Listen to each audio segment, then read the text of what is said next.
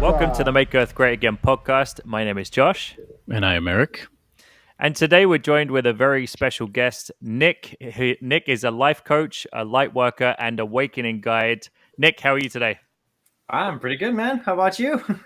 Doing well. Thank you so much for joining us. I've got a lot of questions for you, Nick. So we want to definitely dive into those in just a sec. Eric, how was your day today? How are you doing? My day was good. I'm doing well, thank you.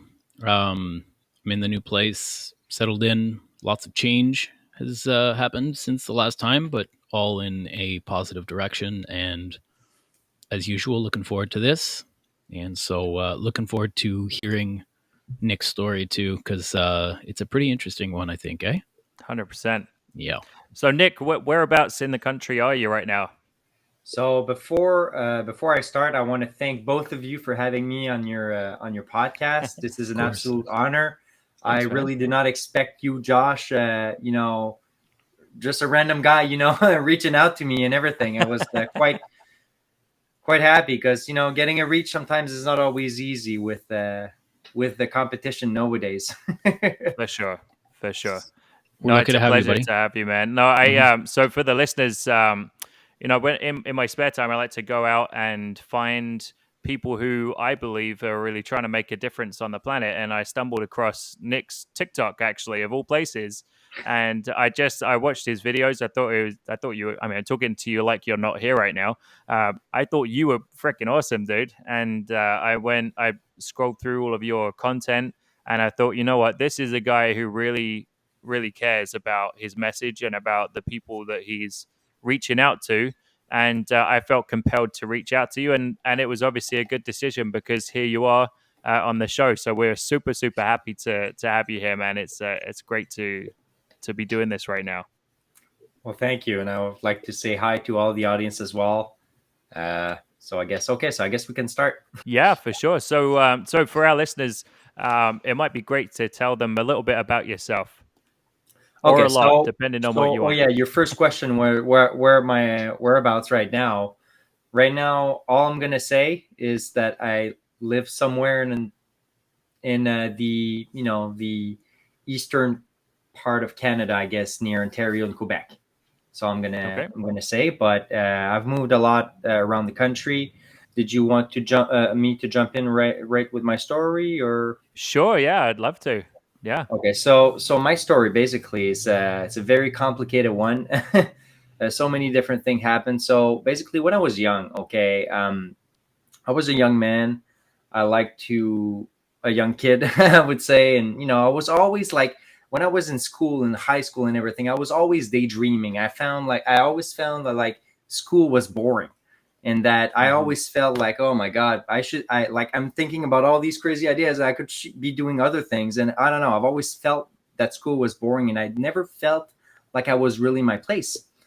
So anyway, so then I grew up. I was like around 18, 20 years old. And then I didn't really know what I wanted to do. But when I was young, when I was like 7 years old, my parents broke up. And that's going to lead to my story. Basically, when I was young, 7 years old, my parents divorced. I was the oldest brother, I guess, the oldest sibling out of three. So I had like a younger brother and a younger sister, all 2 years earlier than me. So younger sister 2 years younger, and a little brother 4 years younger than me. And anyways, everything was going fine. But then my parents divorced, and then my little child self was completely broken. And then because I was kind of like the legacy of the family, right? So then what happened is that I had to move back to Quebec. But I went from like New Brunswick and then went back to Quebec with my mom. And then I don't know. I since that time, I think my childhood self was wounded by what happened to my parents and they broke up. And I think that I blamed myself. And because of that, it made me feel unworthy in life. And I think that's a common thing that we see a lot of children in North America. It's kind of a common thing, right? We have very high divorce rates and everything. And anyway, so a lot of people haven't healed fully their childhood wounds because of that, because they blame unconsciously, and it gets stuck in the unconscious, right? And they blame themselves, and they keep that sense of unworthiness for the rest of their lives. until they actually decide to heal it. And when they actually know about the deeper depths of your subconscious, and one could get stuck there sometimes. So what happened is that I felt unworthy. Okay. So because I felt unworthy, I felt like I always needed to please my parents. I needed to please people. I was a people pleaser, right? People left and right, always trying to please them. And because I always felt that sense of lack within me, and it really didn't feel good. And, but I never really fully satisfied it, right? Permanently. So what happened is I was 18, 20 years old, and then I joined my current career that I'm going to end very, very shortly. And I'm going to be able to give you guys a lot more details in due time. Sure. Basically in August, I'm going to be a free man to talk about everything, because it's going to be after my contract. So when I was 20 years old, to go back, I didn't know what to do. I tried, I applied for college. They accepted me. And then I canceled it. And then I went to some other school to basically learn how to work in aviation, in air traffic control. I've been working in air traffic control, but I for security reasons and for many different things, I do not want to go too much into detail on that. Sure. And where I Sure. worked and everything, for obvious reasons. But anyway, so that was the job. So I joined this line of work when I was 20 years old, because I wanted to feel cool or whatever, to prove something. So I've done all the steps, all the courses and whatever I needed to do. And then I became one. And then when I became at the top of what I thought, I actually became a controller. I was controlling aircrafts. I was like, okay, that's cool, but it's a very stressful job. And it didn't feel my lack. It did not feel my lack that I had inside. And then something clicked in my head. I was like, yep, I just tried to prove people something, just to prove people that I was intelligent or something, because I felt so unworthy. But only because of that. But I still didn't feel that love and compassion inside my heart, that self-love that you can find. So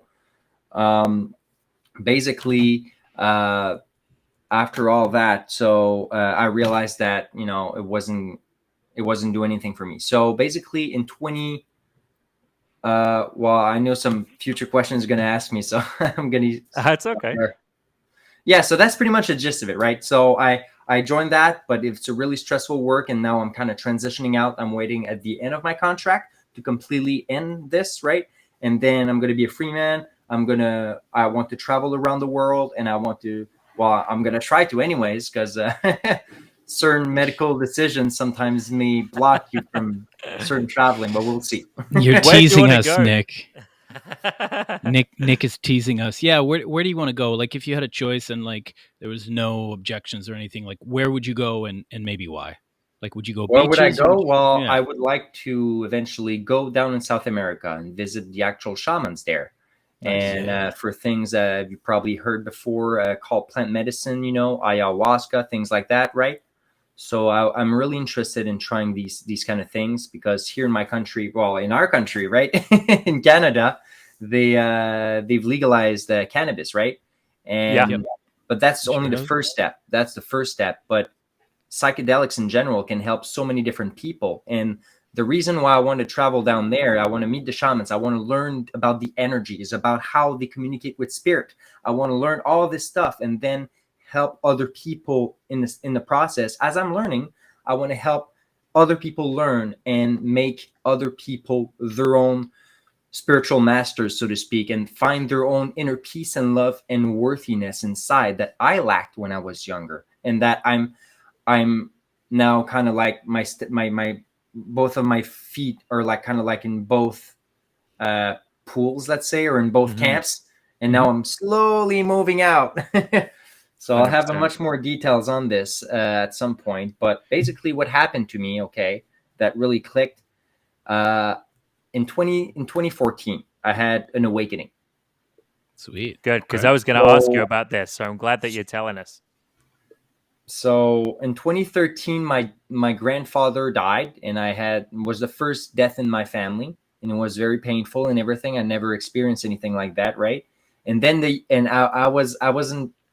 I had the realization after a couple of years that I did not like it, but I still stayed in this job even though I hated it. I had a boss, another controller. I'm not going to go in details, not going to say names or whatever, but it was Next time, extremely guys. Next painful. time.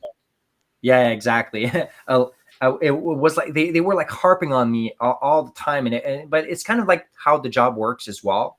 It's kind of like always OCD and everything. Everything has to be perfect, and I've always been a free spirited kind of guy, so it doesn't really fit with my personality. So I kept tormenting myself staying in this job just because I wanted to look cool, but it still didn't feel my inner happiness. Everybody's The like, "Oh my ego. god, that's so cool, the job you do." I'm like, "Yeah," but it never did anything for me, right? 2013, I lost my. I was in a really dark place in my life in 2013, and then 2014 is still. It was very dark at work as well. I had a really hard time with some coworkers and everything, and I had what's called my own awakening in my own dark night of the soul before that in 2014, and then I had what's called, which is kind of linked to ayahuasca, but a DMT experience. I had a DMT experience.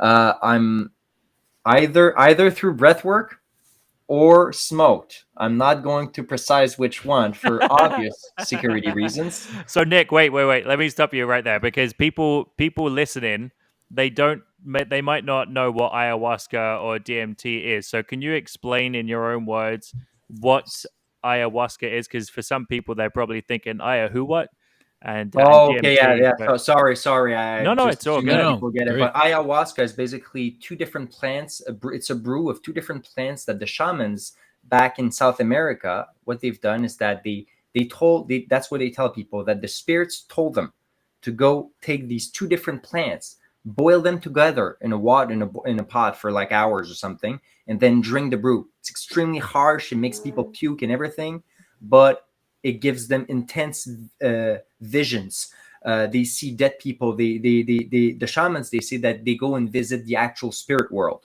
and that's Oh, where they do the most energy healing, because sometimes they'll visit their dead parents or their dead grandparents or something that really triggered them. And so as they're going into this experience, the DMT experience, the ayahuasca, the shamans really perfected it, but it's a molecule that's naturally produced in our brain in the DMT. That's a lot more proof is coming out now, and even like schizophrenics actually have unusual amounts of DMT produced in their pineal gland, which is in the middle of our Huh. brain, and basically produce also melatonin. So what happens is that if you do some breath works, certain breathing exercises, hmm.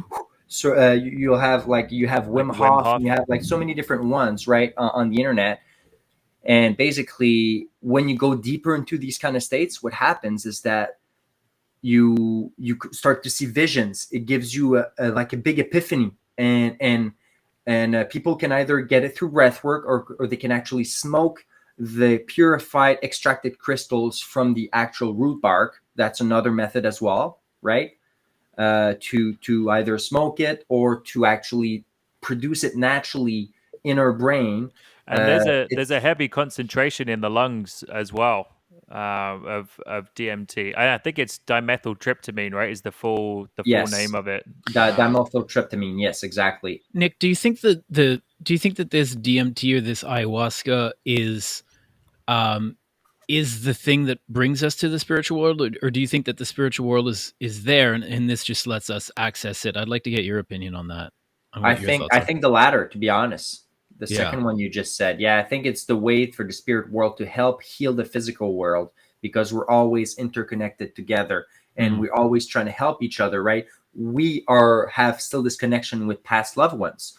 And the loved ones, some that may have not healed some things, that may still be in limbo, whatever, may still be here to assist us, or even some angels that may just decided willfully to actually stay here to help other beings here on earth ascend and to find their own spiritual path, so to speak, or just to guide them in general in their own life path. Where do you see yourself on that spectrum? On what exactly?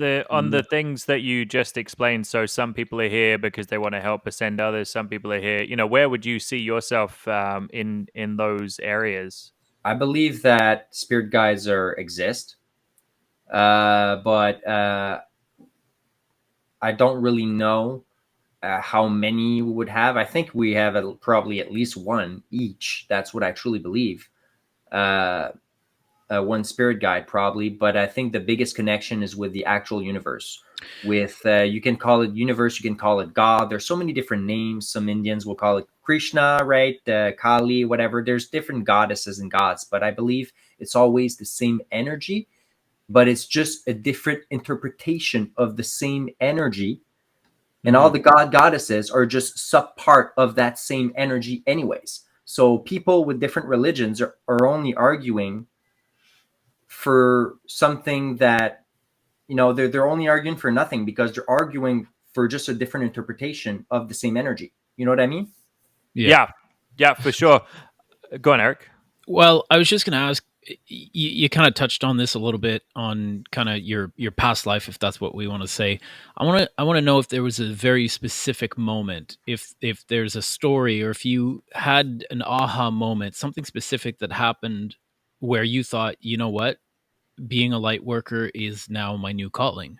Like, was there a specific moment or time? And if there was, could you talk about that? Thank you for bringing this up, Eric. So basically, it all ties back to the awakening, right? What I was talking a little bit earlier, my own awakening I had in 2014 through breath work or smoke. It doesn't really matter how it happens. Some Buddhists will meditate sometimes for 20 years to experience what some people will experience in a day in the Amazon jungle, with the shamans.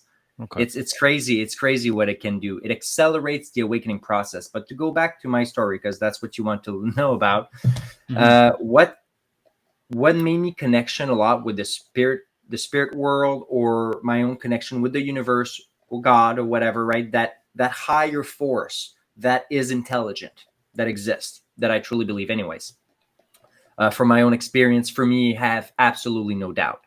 But the funny thing is that before my awakening, before I had my DMT experience, I kind of believed a little bit in a higher power, but I was kind of more atheist, on the atheist side. Oh, interesting. I was born and raised Catholic by my parents and everything, but I didn't really 100% vibe. It was only like in really hard times in my life, then I was kind of, going back to my previous or child programming, right? And I was praying, right, for help and whatever. But that's it. I didn't really feel that much of a connection. So what happened is that in 2014, I had an epiphany. I'm not joking. For me, a DMT experience is an out-of-body experience when you ingest enough, or if you produce enough inside your brain to get out, and it really vibrates your whole soul, and you can actually leave the shell, the temporary shell of the physical body. And basically, I went out of my body. And I felt the presence of the universe, of the all, of God, of whatever you want to call it. It doesn't matter. For me, I felt it. I felt this overwhelming energy going through my body, and I felt in connection with it. And I was like, and all I could hear in my head was, "You're loved. You're part of us. We're all one. But it wasn't words. It was more like a feeling, like almost telepathic. That is so interesting. So for me, it was completely life transforming. And since that day, I started having really paranormal experiences. I started seeing at random times repeating numbers on the clock, or on the watch of a friend of mine at really random times, or I was worrying about something, and then boom, 333. Or I could see these numbers all the time. It was making me crazy. I started. Did you ever see 1111? All the time. And since last week, man, I'm telling you, since last week, synchronicities are just insane. The energies are just off the charts. Mm-hmm. But basically, this DMT experience brought me to spirituality. That's what the most, I think, that was the triggering moment, the experience. But the spiritual progression, I guess, was my biggest development in my own breakthroughs. So it was meditation. I started meditating long. Listening to certain frequencies like 432 hertz, and really digging down the rabbit hole of secret knowledge and all the stuff they're not telling us, right? And my mind was completely blown. I couldn't believe it. I was like, oh my God, my life is a lie. I guess I got to start learning now. If I had a nickel every time I had that feeling, right?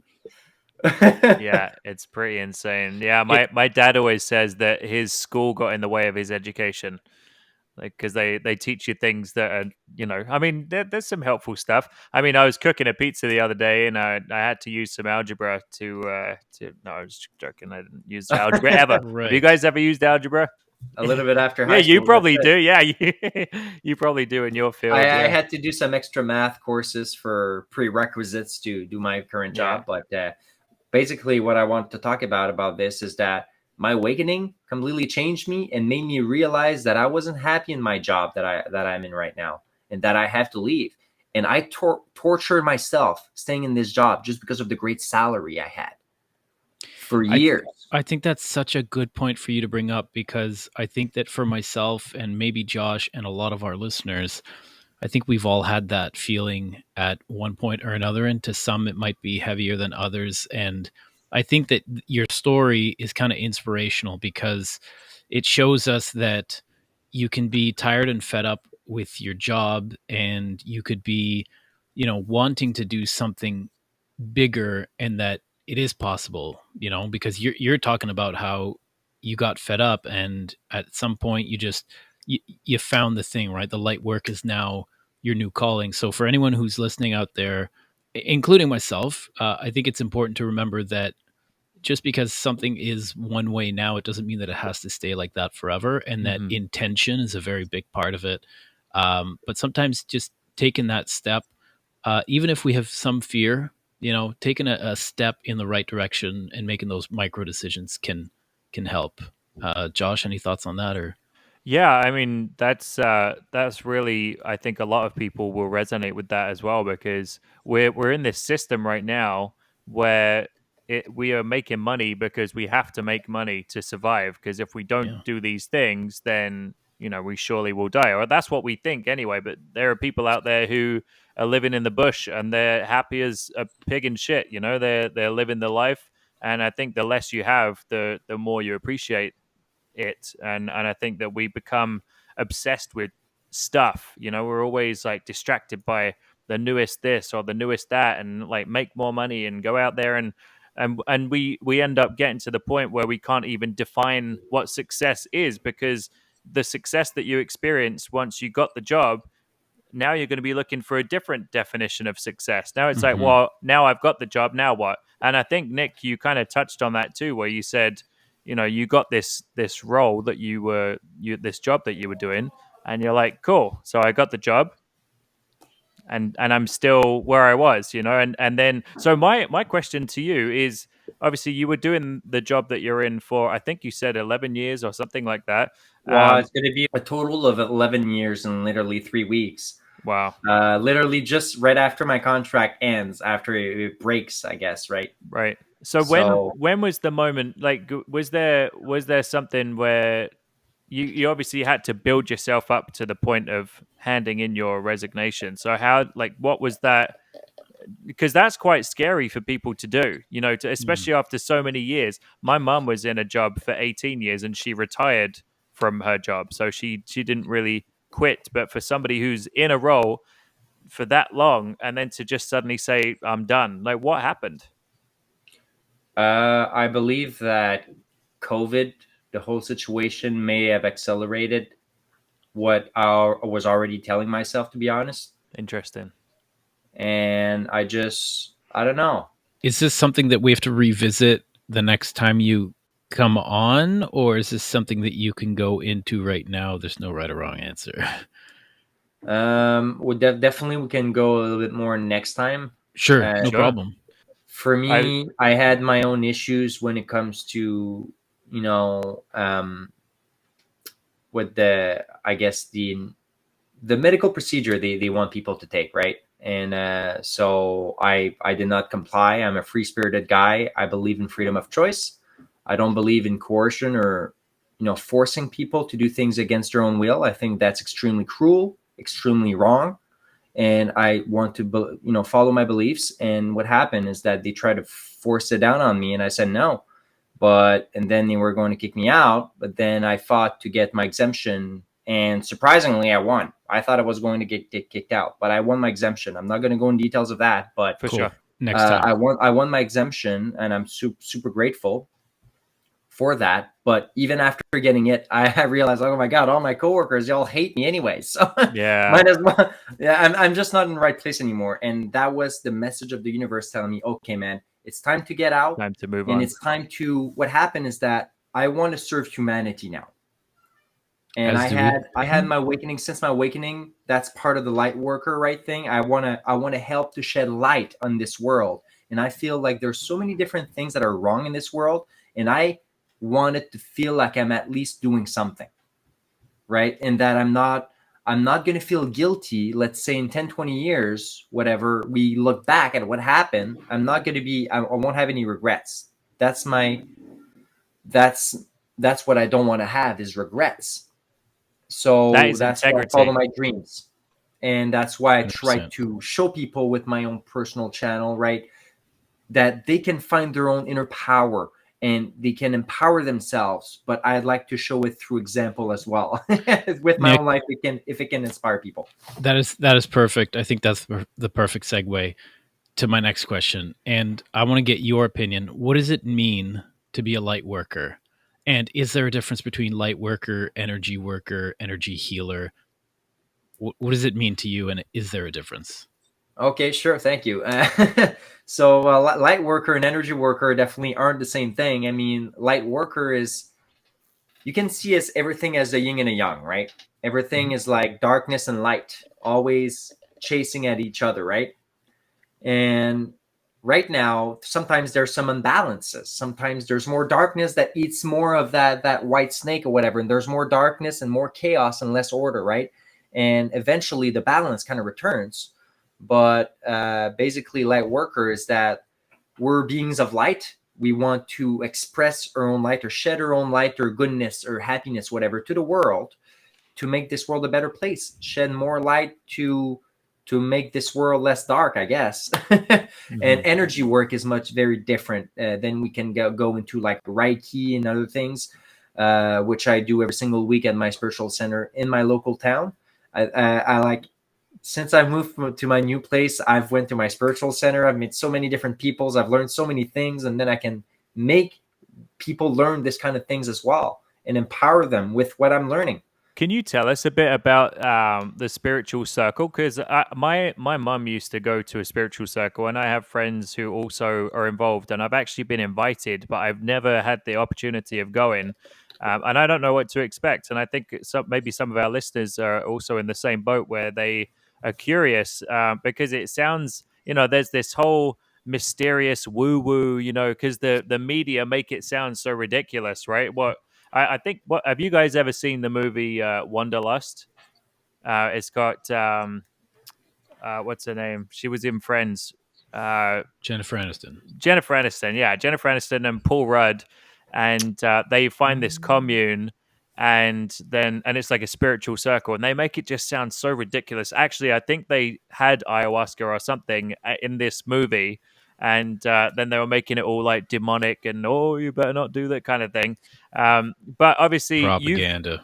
you've been there and you've experienced those things. Would you mind giving us an idea of what to expect from something like that? Sure. Well, I can give you only what I know Of personally, course, but yeah, for what I sure. can tell you is that it will vary from center to center, to be honest, because it always depends on the master that goes there. And the different masters through different towns you can go to, they'll all have different certifications, different life experience, different gifts sometimes, right? Because I believe that we all have gifts, and basically we can all awaken them is just kind of sleeping in in our brains, so to speak. But what you can expect when you go there is you can expect what I go personally. It's a spiritual and wellness center, but I go to the Reiki circle. So we do Reiki, we channel energy, kind of like what Jesus did back then, right? But we on a much smaller scale. But like I've heard so many different stories of people. This is not medical information, by the way, but people getting healed from things like one of my Reiki master literally cured herself. Apparently, not medical information, by the way, but from fibromyalgia and a lot of other diseases. People are claiming that they literally got healed from it. And Wow.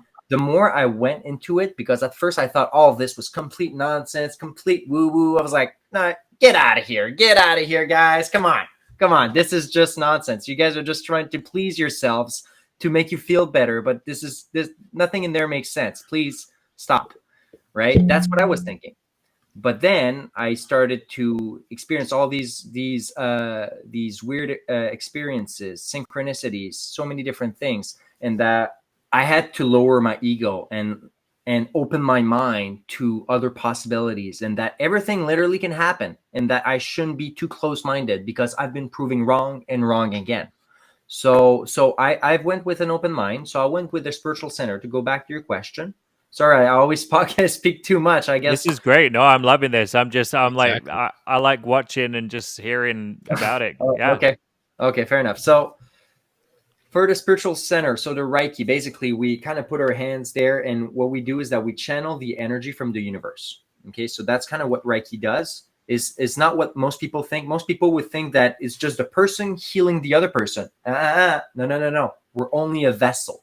We're only a vessel channeling the infinite energy from the universe through our crown chakra, through our energy centers that are the spirit, by the way, and it goes down, and then we channel it to the hands. And these are kind of like muscles, or energetical muscles of the soul that you can actually work. And the more you work them, the better you get at it. At first, I thought it was nonsense. Now I can feel energies, and it's weird. And it's really weird.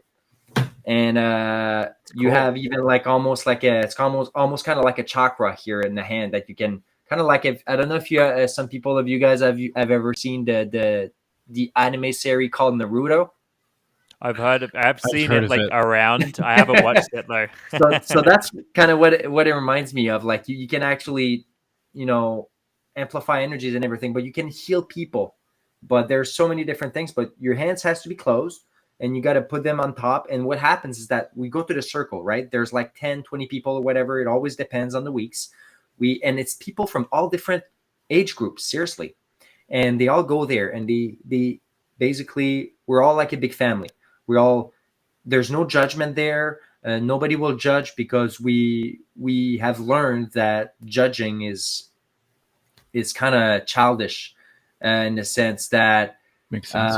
The more we mature, we understand that it's ego. Basically, it's attached to ego, the judging, and the more you latch onto that, the less you can actually advance spiritually. So we kind of lower things, lower judgment and all that stuff. And we're all accepting of all of our different life decisions. We have old people, we have very young people, right? We go there, we have people with gifts that see spirits, and we have all sorts of different things. It's awesome. It attracts so many different people. But basically, we heal people with the energy. They're on the table. It's like a massage table, okay? They're there. We put all our hands all together. And then the Reiki master kind of comes in, whatever, and she does her things, because she knows a bit more techniques to do it. But we put our hands either on the person, if the person is comfortable with it, or slightly above it, right? And we channel the energy. We close our eyes, or we can keep them open. It doesn't matter. After a little while, you can get used to it, and you just, the energy channels naturally through your crown, through your hands, and you just channel. And we have some beats, some different, native drums or whatever that we can play with it, but different frequencies and stuff that we play in the background to amplify the energies as we're healing. And what happens is that we go through, it depends on the spiritual centers, to be honest. It will vary from master to master. But at the one I'm going to anyways, she does a lot more extra energy work and a lot of emotional work as well. And that it's kind of like almost a psychologist, but maybe not at every place. But anyways, but so with energy. What's sorry? But with energy, and not just talking about stuff, right? Exactly. So with energy too, because I went a little bit earlier, but I'm just going to go back to the basics. Basically, the body and the soul are always connected. We live in a world of duality. There's always opposites. There's always two things, a pair, something that always matches together. So the body in this logic, anyways, we have the body and we have the soul. They're always together, unless you decide to go out of body or do other things. And what happens is that whenever we heal the body, the person has to be not stuck in their head elsewhere. It has to stay there. That's why we always got to constantly remind the person on the table that the person is still conscious and it's not dreaming or whatever.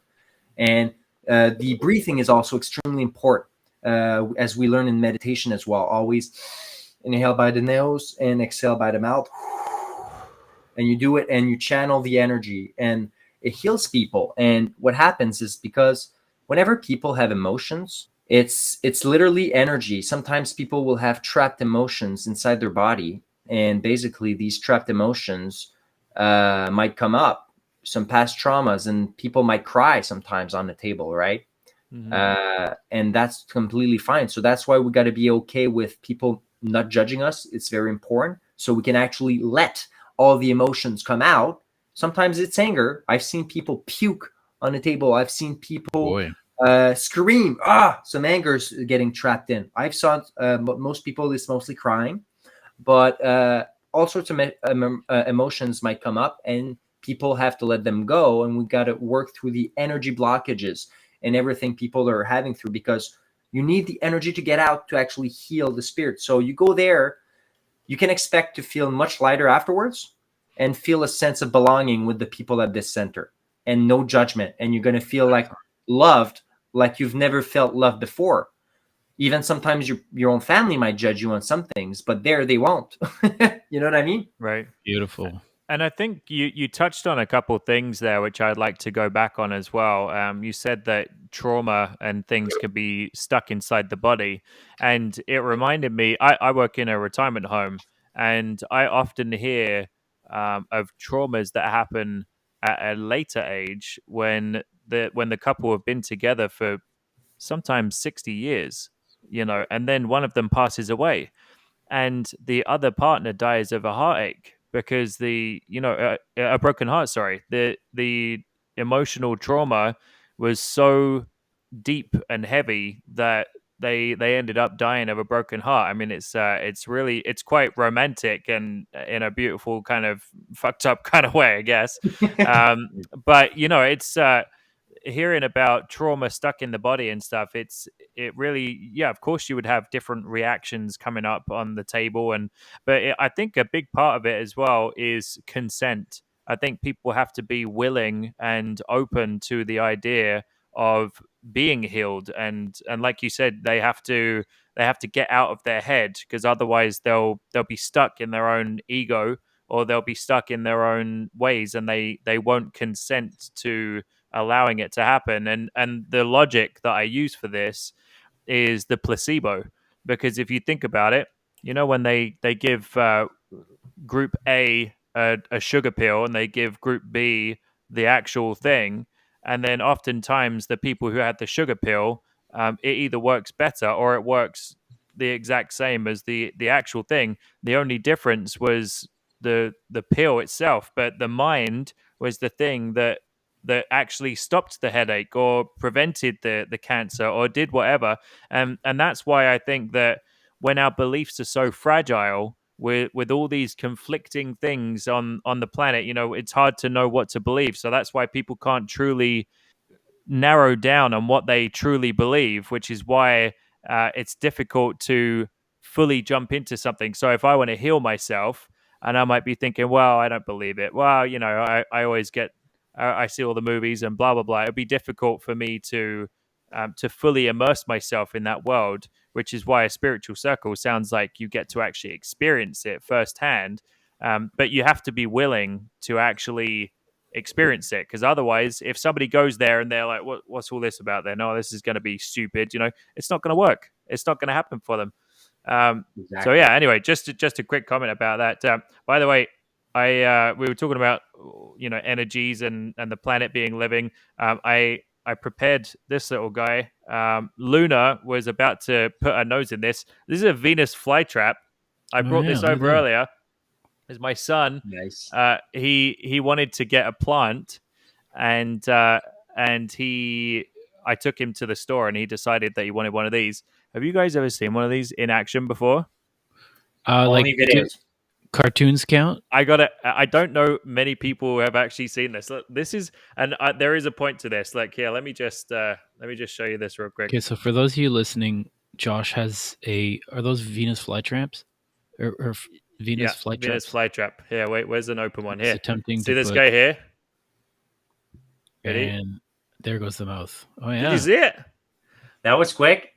Yeah, and the reason I'm doing this is because look, it's alive. It could only do that if it was alive. Sorry, she was just about to put her nose in it, and I didn't want it to clamp on her. But it just reminded me that I wanted to talk about that as well. Anyway, back to the circle and the energies and sorry, So so much I to just talk about. wanted to bring something. Oh, well, go ahead. Sorry. No, go for it. Okay, so I've noticed like some people healing from there. It's quite crazy. I've went from myself when I started there last fall versus me now. I've done so much inner healing, inner work, and I had so much of a transformation. I want to share some of that goodness. I've had my own dark times, my own down times, and I'm still going through some struggles because I still have like another month and a half to do my current work until my contract is officially over, and then I kind of get out on retirement, I guess, early retirement. But yeah, so at the energy center, basically what I want to talk about is that I've seen an old man heal from his wife that passed away a couple years prior, and he was still in deep pain and deep attachment, and now he's a transformed man. And we save people from suicide. We save people from so many different things. That's one of the biggest thing I think that really draws me into the light working niche, I guess, into helping other people, into feeling better about themselves, and to get back their sense of empowerment. And last thing, oh yeah, I had one of my neighbors I'm gonna actually bring to the spiritual center tomorrow. I'm not joking. Oh, nice. I don't know how he's gonna take it though. This guy is one of my random neighbors. He's like a veteran from the military, so he has some severe PTSD and everything. I don't know how it's gonna work. I don't know if he's just gonna walk off, and be like, "Oh no, this is nonsense" or whatever. But I spoke to him and he opened up, and he was open to healing because he tried everything with the psychologist and it didn't work. So. Oh, great. So actually, I was going to ask you if you would recommend to somebody listening, if you would recommend that they go to maybe a Reiki circle, and if so, what can people maybe expect? Let's say that we're willing and they were super on board. What could they maybe expect? Or I'll ask you a different question. What kind of problems do you see a lot of people having nowadays that could be healed Benefit from going Oh to my Reiki. God, I love the question that you just asked, Eric. That was just brilliant. Thank you. Oh my God. Yeah, I see this all the time. I see this all the time at the center. It's crazy. Like, okay, so people got to understand that it's not a cult. That's the first thing. People will think, oh no, my God, it's a cult. Because sometimes people will, it depends on the centers, like I say, right? But sometimes they'll say their own mantras, their own recitations or whatever, their own self-affirmations that they repeat out loud. I'll give you a first example. Like on one of my previous videos I made on my channel, I put a playlist with a prayer, a Hawaiian prayer.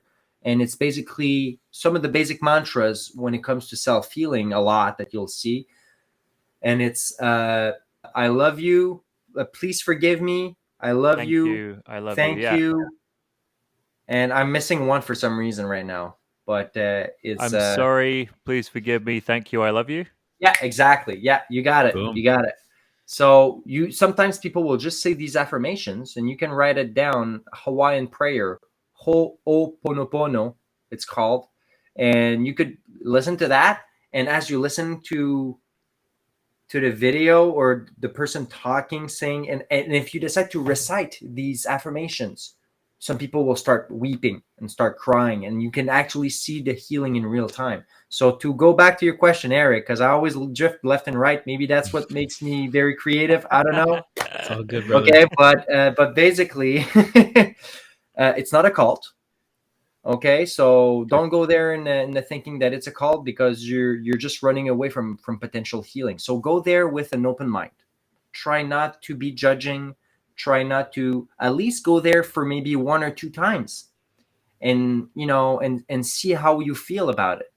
But usually people come out over there with always like a big lesson, and they make new connections if they're open to this type of of experience in their own lives, it's quite life transforming. Like you'll see some people that can contact with spirits. You may heal from some past wound with some past loved ones with you. They may read your whole tarot or tarot cards or whatever, give you future, or even what do we have? We have many different people with different gifts there. It's interesting. There's also the life chart. The life chart, that's very interesting. If you go and look your own birth chart, that's completely transformative. It's going to give you literally your whole life with the actual time and date that you were born, and based on what was written in the stars at the time of your birth, you can literally say, okay, you're this type of your person. You read that, you're like, oh my god, that's My what fiance does that. She's right. human design. My So fiance yeah, Eric, works on human design. I've done that mostly actually. don't judge. Go there with an open mind. It's not a cult, and have fun. Have fun and be open minded, and don't be judgy when you go in there, because you might learn a lot of stuff. So how would I know that I might need to attend one of these things? Like, what would be happening in my life for me to know that, you know what, maybe I should try a Reiki circle or something like that? If you're angry all the time, if you get controlled by your emotions very quick, if you get triggered quite easily by anything, it could be even your own partner. We all have some inner healing to do. Nobody's perfect, right? We can always improve on ourselves and take a step back and not be too judgy of ourselves, and actually be more loving in ourselves, into by loving ourselves more, taking care of ourselves more, we heal inside, and then we start healing the world around. And I think that's a big thing that a lot of light workers will do, right? They'll show the way. That's another type of light worker, way shower light worker, right? They show, hey, that's how it's done. I think that's what I am, but I'm not too sure 100%. Leading by example. Yeah. That's excellent. So to anyone who's listening, if anyone feels like they connect with Nick, they really like what he's saying, everything kind of sounds good. Shameless plug here. Nick, you have a YouTube channel, so I'm going to put it up on the screen now. But for those of you listening, the name of the channel is Spiritual Self Mastery. And if you go there, Nick's got some great videos. He also has all the links to his other channels so that you can follow him. I think you mentioned like Telegram, Odysee, Twitter, TikTok. You have all of these channels, right, Nick? Maybe not Telegram. So I have Okay, so YouTube, not Telegram. YouTube, Bitchute, Odysee, Rumble, and TikTok. So I guess the most mainstream ones would be YouTube and TikTok.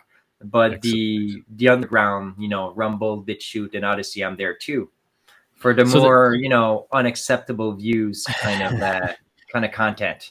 well, we're definitely interested in having you come back if you want to come back. Next time, I think we're going to go into some deeper stuff, some more interesting stuff that you, for reasons that make sense, are kind of leaving out at the moment, but it'll make Yeah. sense.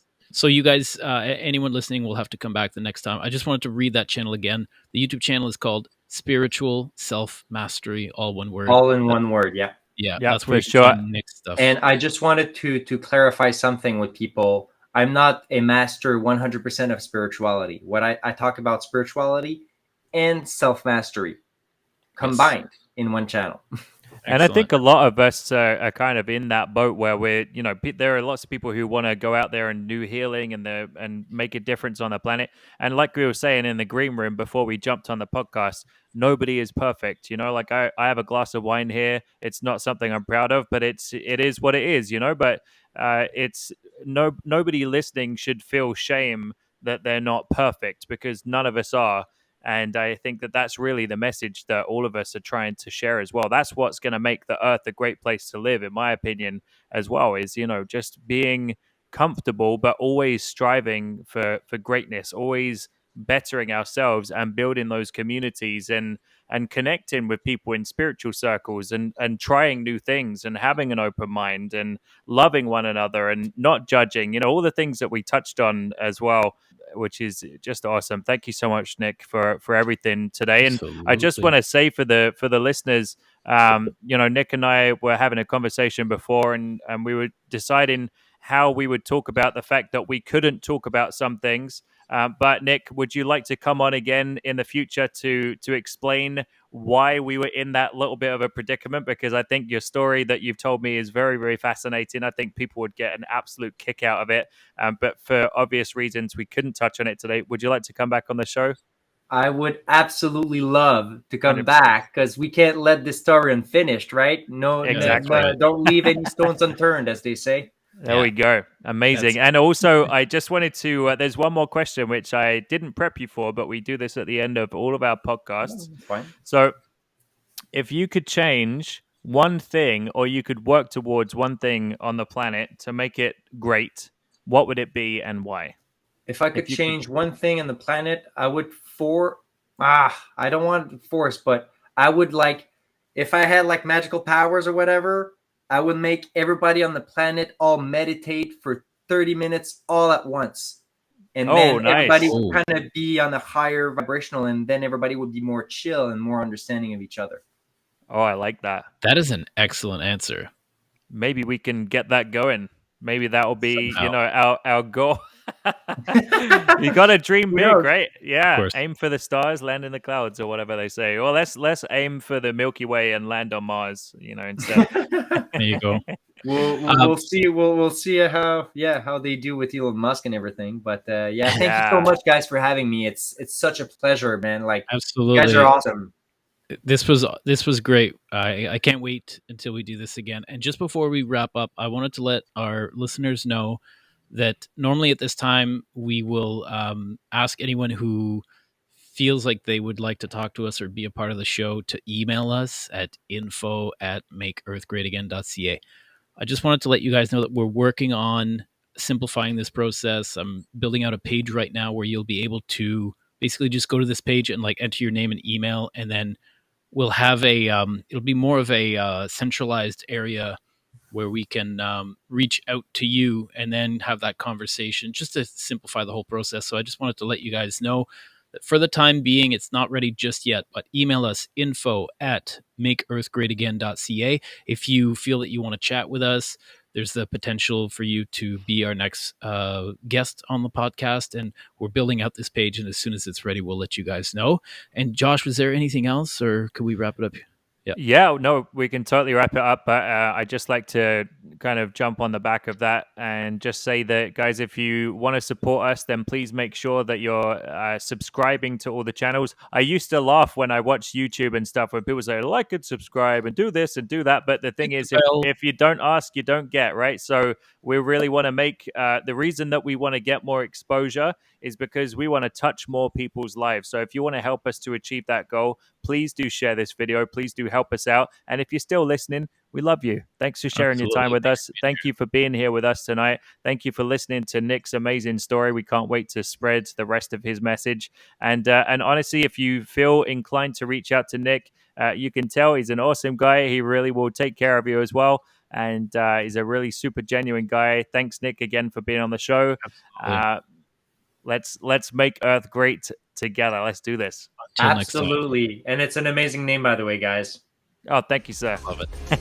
All right, cheers. Peace.